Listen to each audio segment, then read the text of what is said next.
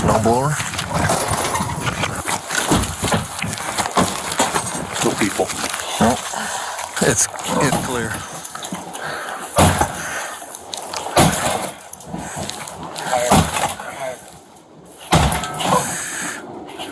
Damn. There's boxes stacked up. It's just like a wall. It's just like a wall. We're trying to destroy things. That's Denver SWAT team members ransacking the home of 77-year-old Ruby Johnson. They're looking for a stolen iPhone 11. That's what they're looking for, among other things. We're gonna get into that in a second. But since they couldn't find that old ass phone, they decided to wonder and ponder aloud. You think Ruby has any criminal grandchildren? Maybe she has a criminal son. Let's just try and figure a way to find our way through this because she's an old black lady. And since she's not the criminal, which we thought, maybe someone in her family is. Watch them. Is her son have they run him and is he a criminal? Better way to put it? I don't know. Miss Johnson, did you have any grandkids over recently? Did I have any? Yeah, like maybe yesterday. Oh no. No. Okay. Okay, checklist. Ruby Johnson's not a criminal. Maybe her criminal son is because he's black too. Maybe some criminal grandchildren came over and we're looking for this phone as we destroy your home. You know what? Forget it, Ruby. Let's go back to destroying your house. Watch that.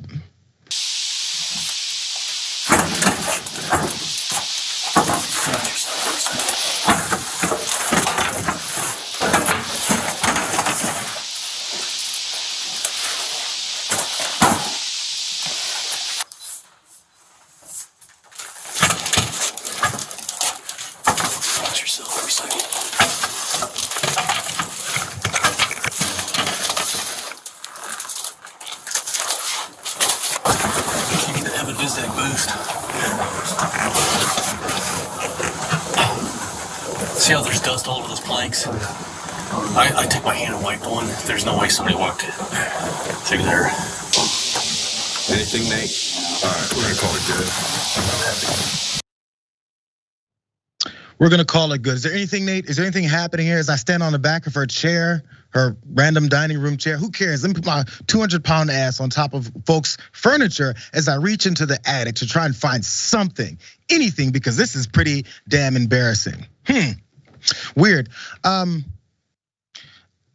This all happened after this first interaction. I want you guys to see this. When they first showed up and they're asking her all these questions, look at the questions they're asking her. This is before they went and ransacked her home. And look at the casual, joking nature that they tried to run at Ruby. Watch this piece as well.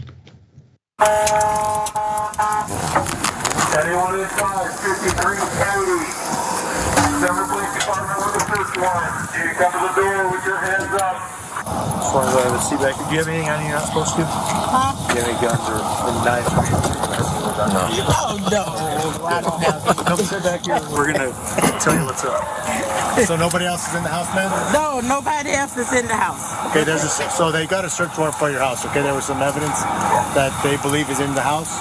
So I'm gonna walk you over there and we're gonna talk to some detectives. Okay, once we can make some more announcements, just give me a minute and double check that nobody else snuck in the house on you. Okay. Okay. What's your name, ma'am? Sneak in the house because I heat my doors locked. Oh, good for you. Because I'm in here by myself. Oh, you are okay. My name is Ruby Johnson. Okay, Miss Johnson, just give us a second and then I'll get you over to those detectives. Okay. Okay. That's weird. I see stuff like this on the movie, but I didn't think it'd ever happen. Well, we knew you were a star, so we were gonna make you a movie star today. You guys believe in her? What she's saying? Yeah. That was before they destroyed her home. We're gonna make you a movie star today, Ruby. It's because we know you're a star. Isn't it funny that we're screwing up your home and with no regard for your things? It's so funny. You know what's even worse about this? The reasons why they did this in the first place, but also their response. There's a lot more to this. Johnson on Wednesday decided to go ahead and sue the Denver police. As you can see from the time code on this, is in January that they destroyed her home. She's gonna sue the Denver police detective who led this case. His name is Gary Staub, alleging the search violated her civil rights because police failed to conduct a proper investigation before requesting the search warrant, which she said was executed with unreasonable force. I think we'd agree with that. Ms. Johnson experienced intense shame and embarrassment as a result of the spectacle of DPD's militarized illegal search. That's what the lawsuit said. After a lifetime of being law-abiding, hardworking, church-going member of her community, she nurses anxiety about what her neighbors thought of her that day and think of her now. The police department did not pay Johnson anything to repair the damage to her home, said Greg Brunson, Johnson's son. The family and her friends sent numerous emails to the department in the months after the incident asking for an apology, but never received one. They just made her a star, that's all.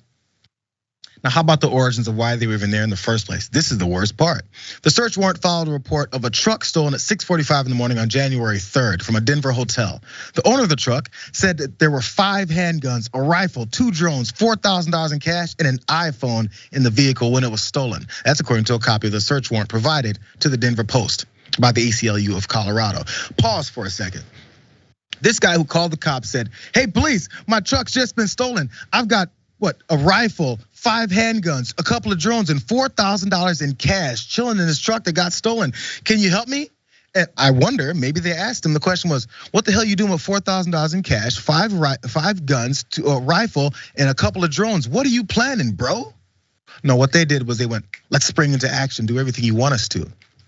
Following day, the truck owner told Staub that he used the Apple Find My Phone app, which showed the iPhone pinged near the intersection where Johnson lived at 11:24 in the morning on January 3rd. And then again at 3:55 in the afternoon the same day. It's according to that search warrant. The phone did not ping after that. The truck owner then rented a car, drove by Johnson's house, and told Staub, that investigator, that he didn't see his truck, but it could be in the garage. It just could be some rando who's got 5 guns, a rifle, couple of drones, and $4,000 in cash, told the cops, here, follow my lead. Staub used information from the truck owner to request a search warrant, which was approved by the Denver District Attorney's Office and signed by some judge who doesn't know what the hell she's doing. Then they went around and ransacked her home. Lastly, on this whole Find My Phone thing, the screenshot of the Find My Phone included in the search warrant shows a radius of where the iPhone might be. That radius includes several properties in the vicinity.